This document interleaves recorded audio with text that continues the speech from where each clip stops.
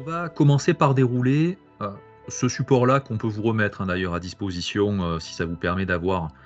les quelques exemples illustrés. Il y a notamment quelques captures d'écran de ce qu'on va voir. Donc volontairement là aussi, hein, ce type de support, s'il y a besoin, vous allez voir, c'est très très synthétique, mais on vous les met à disposition, hein, sans aucun problème. L'idée et le constat qui a été fait, et le pourquoi quelque part de cette matinée, c'est de se dire, on a souvent, comme je vous disais en introduction, des services qui peuvent être un peu cloisonnés dans nos PMI. Bien qu'on soit dans des structures, on va dire, relativement à taille humaine, on a parfois d'un côté la prod qui travaille entre guillemets dans son coin, les appros qui peuvent également travailler dans leur coin, et on n'a pas forcément, on va dire, de synergie entre ces deux services-là. Ce qui peut présenter, alors si applicable, hein, tout ce que je dis bien sûr si applicable, mais ce qui peut présenter des problématiques parce que ce sont tous deux des acteurs dans une chaîne d'approvisionnement intégrée, sont tous deux des acteurs qui sont quelque part garants de la non-rupture d'activité dans la chaîne de valeur de l'entreprise. L'objectif, c'est de savoir comment est-ce qu'on peut leur mettre à disposition des outils afin qu'il y ait comme un tronc commun d'informations et de se dire entre d'un côté un plan de prod, de l'autre des appros qui sont en cours ou qui sont à générer, comment est-ce qu'on arrive à fluidifier un maximum ces deux mondes-là, comment est-ce qu'on peut fluidifier un maximum ce flux transverse dans la société, de manière à déjà partager des infos communes et savoir également par rapport à ces infos communes qu'on va partager, qu'est-ce qu'on doit prioriser pour servir en temps et en heure nos propres appros internes, c'est-à-dire notre flux de production, et savoir derrière établir un cadencier, une priorisation vis-à-vis des matières nécessaires qu'on veut avoir en quantité suffisante et en temps et en heure. Donc pour ça, ce que j'ai intitulé comme thématique faire collaborer ordonnanceurs et approvisionneurs, ne nous arrêtons pas à la terminologie, hein, selon les secteurs d'activité, selon la taille de vos structures, on peut très bien avoir des noms, des titres un petit peu différents, mais en tout cas c'est bien dans cette logique-là de dire d'un côté les personnes en charge d'établir un plan de production, de l'autre les personnes en charge d'approvisionner, servir quelque part en interne ce plan de production vis-à-vis d'une interface fournisseur avec laquelle vous allez travailler tous les jours. Donc pour ça, on va dérouler le support. On va déjà prendre de manière, là encore, très synthétique, les quelques problématiques d'entreprise qu'on peut rencontrer. Derrière, vis-à-vis de ces problématiques d'entreprise, quels sont nos prérequis, à savoir comment est-ce qu'on peut, de manière plus ou moins poussée, ordonnancer sa prod. Une fois qu'on a ordonnancé sa prod, comment est-ce qu'on peut mettre en lien ses priorités d'appro, ses relances fournisseurs pour servir cette production-là. Puis on basculera à partir du point 4 directement dans l'outil Sage100 gestion de production, avec les quelques étapes clés que je vais vous présenter, et donc finir par ce jeu de questions-réponses. Donc au niveau de nos problématiques d'entreprise, on va avoir quelque part quelques prérequis, quelques questionnements internes qui nous permettent derrière de mettre en place au bout du bout les bons outils. À savoir, déjà, comment est-ce que je peux formaliser mes étapes de production? Comment est-ce que je peux définir ça de manière soit très consolidée ou de manière très détaillée, mais pour me dire quand demain je vais effectivement ordonnancer ma production, cet ordonnancement, il n'est pas que strictement global, c'est-à-dire je ne m'arrête pas forcément qu'à l'idée que j'ai des fabrications à lancer, mais également que pour lancer ces fabrications, j'ai des étapes clés intermédiaires qui me permettent de structurer cet ordonnancement. J'ai ma structure d'ordonnancement, derrière c'est de se dire comment est-ce que je peux définir, mettre en place mon plan d'ordonnancement. Et quand je valide mon scénario de plan d'ordonnancement, c'est me dire, face à ça, je vais avoir des besoins d'appro. Donc si je veux tenir ce plan, si je veux tenir mes délais, si je veux éviter toute rupture dans ma chaîne d'appro, comment est-ce que face à ça, je peux sécuriser mes approvisionnements? Et par approvisionnement, j'entends tout ce qui va être interface avec mes fournisseurs vis-à-vis de passage de commandes que je vais avoir et de réception prévisionnelle, en tout cas sur base d'AR. Vis-à-vis de ces AR, comment est-ce que je sécurise mon plan d'appro versus mon plan de production? Ces problématiques étant posées, donc savoir déjà comment je structure mes données, comment est-ce que je définis mon plan d'ordonnancement, comment est-ce que, in fine, je peux suivre et sécuriser mes appros, je vais avoir quelques étapes clés. Là, je vous montre simplement sous forme de capture d'écran comment est-ce que ça se représente dans l'outil en question, un ordonnancement de production. Quand on basculera dans l'outil à proprement parler, on verra les étapes préalables pour arriver à ce résultat que vous voyez à l'écran. L'idée, c'est de se dire, moi, vis-à-vis des ordres de fabrication que j'ai dans mon système, que je travaille d'ailleurs à la commande ou que je travaille sur stock, c'est-à-dire j'ai soit des commandes clients qui automatiquement génèrent mes ordres de fabrication, travail à la commande, ou je peux très bien aussi avoir en fait un carnet de commandes, un prévisionnel de vente à servir, et par l'outil que l'on avait vu déjà dans le premier websam, à savoir de calcul de besoin net, me dire je vais lancer effectivement mes fabrications sur la base de propositions de fabrication à telle date, à telle quantité, de manière à établir mon carnet d'OF par ce biais-là. Hein, donc, tout ce que l'on se dit ce matin est valable que l'on travaille à la commande ou que l'on travaille sur stock. La finalité, donc, c'est d'établir mon ordonnancement de prod. À savoir, là, je vous montre hein, sur ce support un exemple très simple. J'ai un ordre de fabrication. Je fabrique toujours mes confitures de fraises. Cet ordre de fabrication, en fait, il se subdivise en 5 opérations. D'où l'idée de savoir, effectivement, comment est-ce qu'on peut structurer, à travers ce qu'on appelle une gamme opératoire, ces fabrications, en disant, pour mon exemple, j'ai 5 étapes clés. À ces 5 étapes clés, je peux avoir à consommer telle matière, dans mon exemple ici, que ce soit au démarrage de la prod et à la toute dernière opération de ma production. Parce que je sais ordonnancer ma production et que je sais quels sont mes temps de passage, là dans notre exemple, on est à ce matin, jeudi 21 mars. Aujourd'hui, mon ordre de fabrication qui se subdivise en 5 opérations, compte tenu de ma capacité de production, compte tenu de la disponibilité des matières que je mets en face, je sais qu'effectivement, je peux le démarrer ce jeudi 21 mars avec ma capacité donc atelier, à savoir quelles sont mes heures disponibles dans la journée, quelles sont les charges déjà engagées dans cette journée-là, et est-ce que, compte tenu de mon stock actuel ou des entrées en stock prévisionnelles, j'aurai bien suffisamment de matière pour pouvoir produire en temps et en heure. Ce prérequis passe, et la réponse à cette question, pourrais-je produire en temps et en heure, passe effectivement par ce prérequis d'ordonnancement de la prod et de mise en adéquation de mes besoins matière versus mes passages, mes étapes de production. D'un ordonnancement de production, je vais pouvoir me dire, je suis capable maintenant de mettre en lien les besoins matière, le stock que j'ai déjà mobilisé,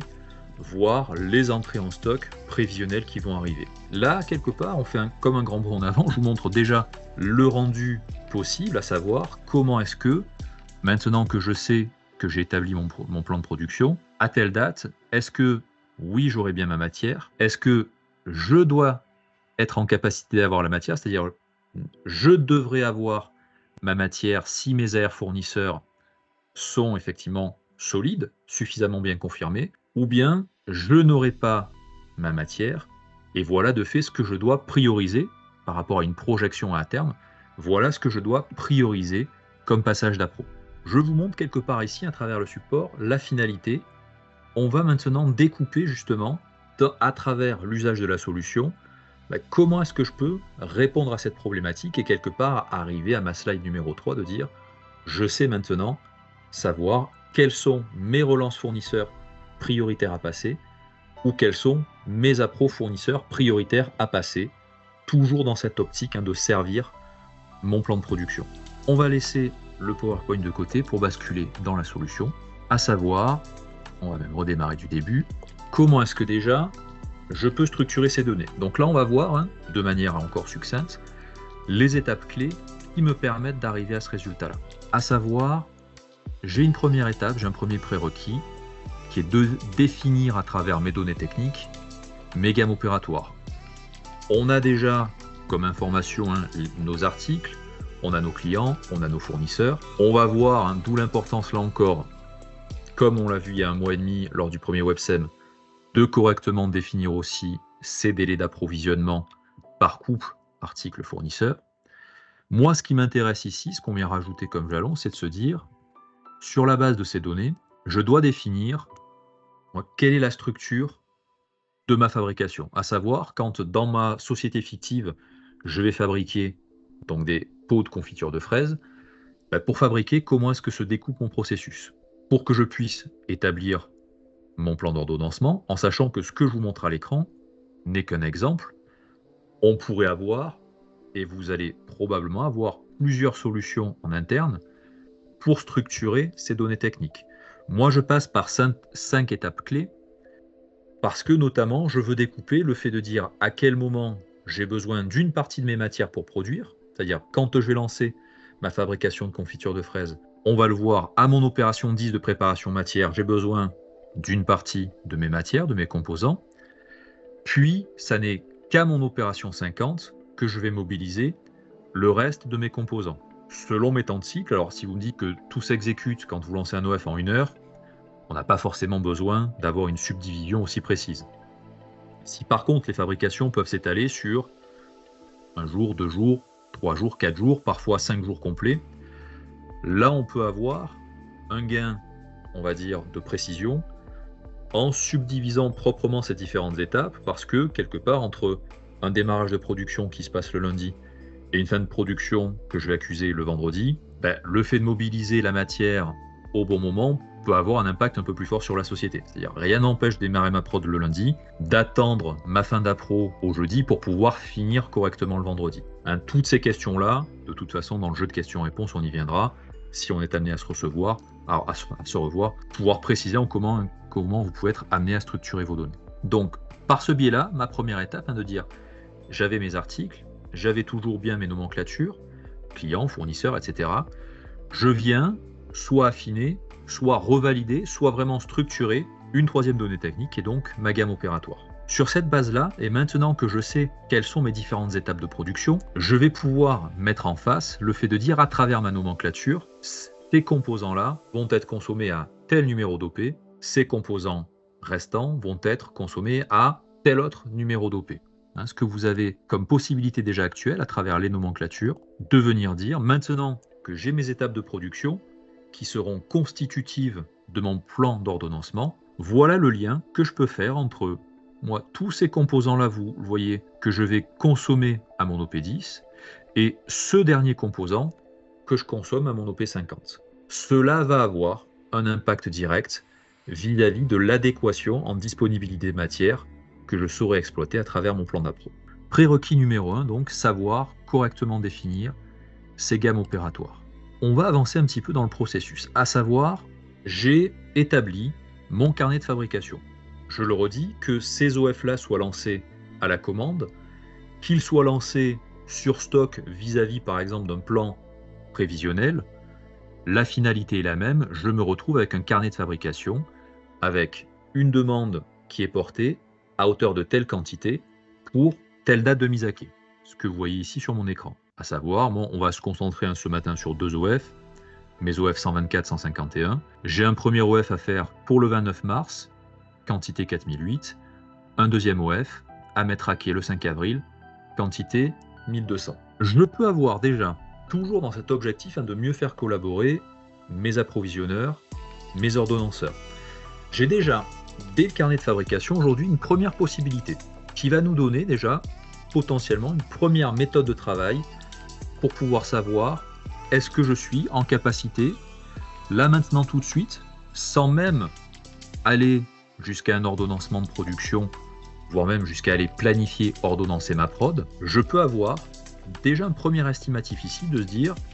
je sais que j'ai de la capacité aujourd'hui, je voudrais savoir vis-à-vis de ces OF-là, est-ce que j'ai toutes les matières suffisantes en stock pour, pourquoi pas, lancer immédiatement ma prod. Vous voyez qu'on zappe une étape, c'est-à-dire, on va se dire, moi, je ne passe pas par ces phases de planif ordo, je veux simplement savoir, sur la base de mon carnet d'OF et de date, par exemple, minimum de démarrage, par exemple, de date de début prévue, est-ce que je suis capable déjà en l'état de produire, est-ce que j'ai tout en stock suffisant? Première façon de faire, vous avez cette disponibilité matière, ici cette fonction, qui permet de dire, sur la base de tous mes OF en cours, est-ce que mes OF peuvent être servis ou est-ce que je peux avoir des manquants? Si je prends ici l'exemple de notre premier OF, le 124, je m'aperçois à travers ce filtre que j'ai une alerte sur mon statut, c'est-à-dire que j'ai un statut rupture. Cela signifie que j'ai au moins un composant en quantité insuffisante qui n'a pas pu être alloué à cet OF 124 pour pouvoir le lancer tout de suite si je le souhaite. En détail, à travers la loupe, je m'aperçois que finalement, c'est même plusieurs composants qui sont manquants, à savoir pour mes exemples, mes adhésifs, c'est-à-dire mes étiquettes, mes capsules métal, ma pectine, mon emballage carton. J'ai aussi l'info que j'ai un composant, mais seulement de manière partielle, à savoir, je n'ai pu allouer que 270 quantités de mon pot en verre, alors que j'aurais dû servir 1200 unités. Le partiel peut être une info que j'interprète en disant, je peux peut-être démarrer tout de suite mon OF, faire un reliquat sur mon OF, mais servir au moins partiellement une partie de mon stock, quitte à reprendre mon OF plus tard. Et je ne vais avoir en quantité suffisante, on le voit ici finalement, que quelques ingrédients. Donc en l'état, l'arbitrage que je peux faire tout de suite, c'est que non, mon OF 124, de toute façon, je ne peux pas le lancer tout de suite. J'ai cette première interprétation ici d'un point de vue visuel. L'idée est également, de pouvoir communiquer à travers des documents, à savoir, toujours selon cette logique de lancement en fab, on va dire immédiat ou sur du très court terme. Après avoir lancé le calcul de disponibilité matière, l'idée c'est de partager des tableaux de bord et de se dire, mettons, là je vais vous montrer quelques exemples, en disponibilité matière sur OF, vis-à-vis de mon OF 124, si je veux le démarrer quoi qu'il arrive à très court terme, c'est être capable d'exploiter les informations qu'on vient de voir visuellement à l'écran, mais à travers des documents papier pour pouvoir les remettre, pourquoi pas, aux approvisionnements, en disant écoute, je voudrais faire vraiment ma mise à quai pour le 5 avril. Pour cela,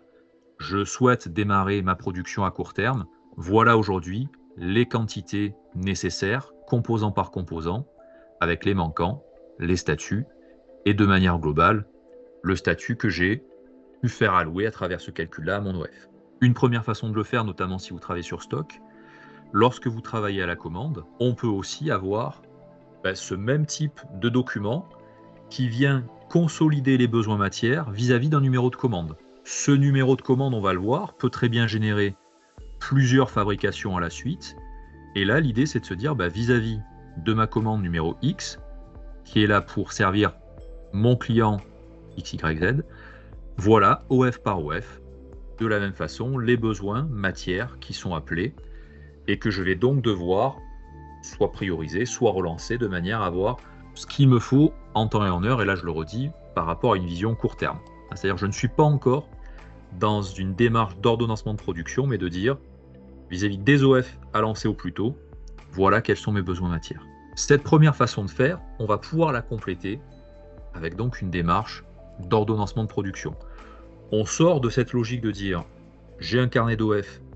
je veux savoir qu'est-ce que je suis capable de commencer tout de suite. Ça, c'est notre première vision sur laquelle on vient de s'attarder. Deuxième vision, deuxième organisation interne qui est de dire, je souhaite passer maintenant par une démarche d'ordonnancement de production. Pour cela, on se rappelle qu'on a donc des produits finis qui sont structurés en nomenclature et en gamme opératoire. Je vais pouvoir me dire maintenant sur la base des ordres de fabrication qui sont eux-mêmes constitués, si on le reprend ici, de ces opérations et de cette nomenclature, me dire je veux maintenant mettre en face un plan d'ordonnancement possible compte tenu d'un côté de mes capacités de production, de l'autre côté, compte tenu de l'adéquation disponibilité matière que je peux en faire. Ça va donc passer, outre ces prérequis techniques de définition de nos données type gamme opératoire, par le lancement d'un calcul où je viens retrouver justement quel est, on verra de manière plus poussée ultérieurement comment est-ce qu'on peut établir différents plans de prod sur la base de règles d'ordonnancement différentes. Là, en tout cas, en prenant ce jeu tel quel peut être mon plan d'ordo sur la base donc de la gamme opératoire qui subdivise mon OF en X étapes, dans notre exemple 5 étapes élémentaires de production. J'ai des capacités de production, c'est-à-dire que je ne suis pas ouvert toute la journée, j'ai potentiellement déjà de la charge qui est engagée dans l'atelier. Compte tenu de cette charge, compte tenu de ces heures d'ouverture de mon atelier, là en l'occurrence, sur cet OF, vous voyez 124, opération 10, puis opération 20, puis opération 30, etc., etc.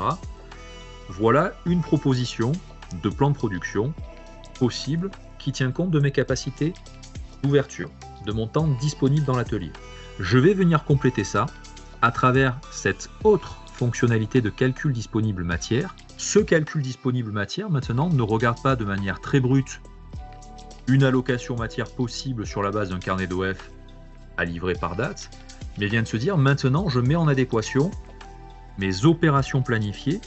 et les jours, heures auxquels sont planifiées mes opérations et les besoins matière appelés par chacune de ces opérations. Lorsque j'ai lancé le calcul de disponibilité matière, je peux afficher le disponible matière dès mon diagramme de Gantt, ce qu'on a à l'écran, pour que celui-ci me dise, maintenant attention, l'allocation matière que je fais, c'est pas seulement selon un ordre d'arrivée d'OF, pour faire simple, OF 1, 2, 3, 4, 5 que je vais prendre dans l'ordre, mais plutôt selon le temps de passage du plan d'ordonnancement qu'on a sous les yeux. Et là, je m'aperçois que pour démarrer mon opération 10, j'ai un statut en jaune, donc c'est-à-dire c'est un statut d'alerte. Ce statut d'alerte, dans ce premier exemple, vient me dire Tu devrais avoir toutes les matières nécessaires disponibles en temps et en heure, à la condition que ton fournisseur te livre bien en temps et en heure. Si on prend le détail ici, en faisant un clic droit, disponibilité matière, ben, on s'aperçoit que vis-à-vis du stock de mes matières rattachées à mon OP10, j'ai tout en ce qui concerne mon adhésif, mes capsules, mes fraises, etc., etc., sauf ma pectine. Et ma pectine, je m'aperçois qu'effectivement, je suis logiquement en capacité de l'avoir à la seule condition que je réceptionne bien la commande fournisseur qui est en cours et que mon fournisseur doit me livrer aujourd'hui 21 mars. D'un point de vue opérationnel, peut-être que la livraison s'est faite mais qu'elle n'est pas encore enregistrée à travers le module de gestion commerciale. Mais en tout cas, le système me dit, compte tenu de l'AR fournisseur que tu avais validé au 21 mars, cet OF-là, tu peux en tout cas bien le démarrer en temps et en heure, à la condition que ton AR soit bien honoré et que de fait la réception soit bien effective au sein de la société. Si je vais un petit peu plus loin et que je déroule mon plan d'ordo, je retrouve ici ma toute dernière opération, mon opération 50, qui elle me dit bien, compte tenu de son temps de passage, donc demain 22 mars à 7h30, de la même façon, mon cartonnage qui est rattaché à l'OP50, j'ai bien un stock suffisant, et on peut même s'en assurer de la même façon en voyant le détail entre le stock actuel, les futures consommations, les futures entrées, et me dire effectivement, pour mon OF 124, à l'opération 50, j'aurai bien au préalable un stock de 279, j'en consommerai 100 à travers cette opération 50, j'ai donc un reliquat de carton à hauteur de 179 unités. En poussant l'analyse un petit peu plus loin, on s'aperçoit que d'ailleurs, le deuxième OF 151, qui lui a besoin de 400 unités, apparaît ici en rouge, car en l'état, le stock ne sera pas suffisant pour pouvoir établir, valider mon opération 50 de l'OF 151 à la date proposée du 28. Ces données-là que j'ai à l'écran, bien évidemment que cette vision du diagramme de Gantt, elle est plutôt utilisable par le responsable de production, le chef d'atelier, l'ordonnanceur au quotidien. Dans l'idée, c'est de pouvoir partager ces résultats de manière consolidée, sous forme de rapport, auprès des différents services concernés. Pour ça, vous allez pouvoir exploiter ces données-là à travers, là encore, des tableaux de bord qui peuvent être communiqués en disant, sur la base de mon plan d'ordo, alors global, là, on se concentre pour l'exemple ce matin sur un seul OF, j'ai un deuxième OF qui passe un petit peu après le 28 mars, on peut bien sûr s'imaginer que j'ai un ordo complet avec une foultitude d'OF qui viennent charger à 100% ma capacité. Dans tous les cas, quel que soit le niveau de mon plan d'ordo, que je n'ai que quelques OF ou vraiment un plan de fabrication complet à hauteur de 100%, je vais exploiter ces résultats en disant je veux déjà savoir identifier quelles sont les ruptures, premier exemple, quelles sont les ruptures par fournisseur par référence. En disant, moi je raisonne pour les 3 prochaines semaines, donc jusqu'au 7 avril, donne-moi ici quelles sont les ruptures à l'instant T en disant, j'ai validé mon plan d'ordo, parce que j'ai des temps de passage à honorer vis-à-vis de mon carnet de clients, je dois respecter ce plan d'ordo, eh bien sortons tout de suite, par fournisseur, les références ici qui sont considérées comme étant des prochaines ruptures, et savoir sur quelles références mes approvisionneurs, mes acheteurs vont devoir se focaliser en urgence pour pouvoir servir mon plan d'ordo en temps et en heure. Premier exemple ici, je vois que pour mon deuxième OF qui était positionné un peu plus tard, OF 151, j'ai besoin de 48 unités à commander pour pouvoir passer cela au 27 mars 2024. Donc j'avais, on l'a vu, un OF qui doit démarrer le 28 mars avec un jour de délai de sécurité paramétré. Le système vient me dire, tu auras besoin de ces matières-là en stock le 27 mars afin de pouvoir servir ta fin d'OF qui a été ordonnancée au 29 mars. Avec un rappel du délai de livraison qui dépend de notre fournisseur ici fictif AgroShop. Donc de manière à être capable de dire, j'ai 2 jours de délai de livraison, je dois livrer pour le 27, donc quelque part, à J-2, donc le 25 mars, il faudra que j'ai passé ces appros-là. Et on va pouvoir le dérouler derrière, vous voyez, de fournisseur en fournisseur de la même façon. Premier exemple ici que je vous montre, avoir ce tableau de bord, des ruptures matières, regroupées, consolidées par fournisseur, notamment pour faire un travail derrière de passage d'appro, en déroulant fournisseur par fournisseur. Autre vision possible, par date de besoin, en disant là plus globalement, on va aller également jusqu'au 7 avril. Même type de vision, mais simplement là c'est le regroupement qui va changer en disant je ne veux plus l'avoir fournisseur par fournisseur, mais par date de passage de mes besoins. En disant je me trouve toujours dans des matières en rupture, en disant là vis-à-vis des ruptures qui sont calculées par rapport à un temps de passage au 28 mars, voilà pour le 28 mars ce que j'ai approvisionné car à aujourd'hui mon stock est insuffisant et j'ai positionné mes OF en état de rupture. De la même façon, vous voyez, vision un petit peu différente, pour le 28 mars, il faudra que j'ai approvisionné de la confiture pour de la confiture de fraises, donc mon emballage carton, et également ma pectine avec, ici on le voit, des dates de passage au plus tard en disant l'OF et l'opération est positionnée au 28 mars, j'ai un délai d'appro de 5 jours, donc c'est bien au plus tard le 23 mars qu'il faut que j'ai passé ma commande d'emballage carton. Idem en dessous, je vois que c'est au plus tard ici le 25 qu'il faudra que je passe ma commande de pectine pour pouvoir réceptionner, compte tenu de mes 2 jours de délai d'appro,